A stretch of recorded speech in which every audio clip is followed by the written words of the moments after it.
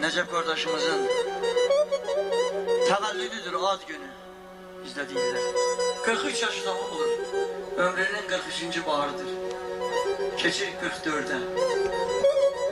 144 yaşasın. Övladlarıyla, qohumlarıyla, qardaşlarıyla, nəmiləriylə, dayılı hamısıyla. Hamısına belə səmimi, mehriban güləriz, necə var belə də olsun. İndi mən bura, həm də bugün Balaca Ələskərin də od günüdür, onda qoşuram Nəcəbə. Ələskər 12'dir, Nəcəb 43. Fark böyüdür. Ələskər də 112 yaşasın.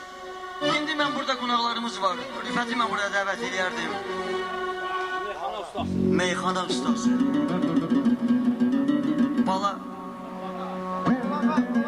Balağa ilə. Buyursunlar.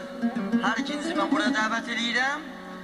Özürək sözlərinizi, təbriklərinizi meyxana alamindən olan ən gözəl belə meyxanalarınızı bizə ərmağan edərsiniz.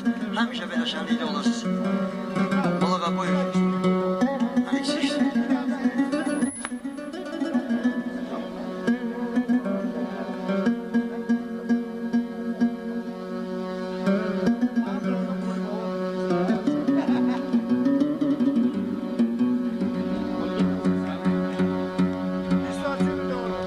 Hamınız hoş gelmişsiniz.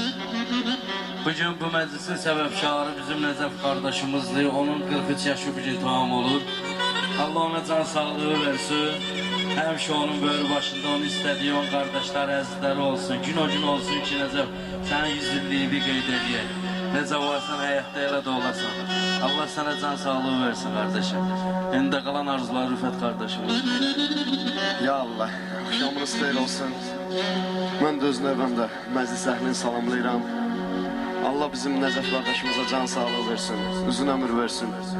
Bugün olsun bize desinlər ki, Necef'in 100 yaşıdır bugün. İnşallah elə burada qeyd edərik onda. Allah'ın köməyinə, biraz da qonaqların çoxu var, inşallah Allah'ın köməyinə. Allah sana can sağlığı versin. Biz fəxr edirik, bizim Lənkəranlı, bizim kətçimiz Rusiyada podpolkovnik vəzifəsində, rütbəsində. Hörmətli oğul, Allah sana can sağlığı versin, əskik olmayasan.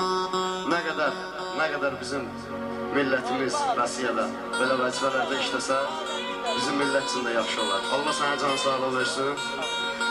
Biz də ürəyimizdən arzularımızın əyxana ilə də deyərik.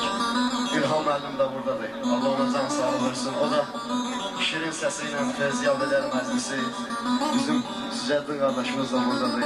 Azad qardaşımız da buradadır. Qismət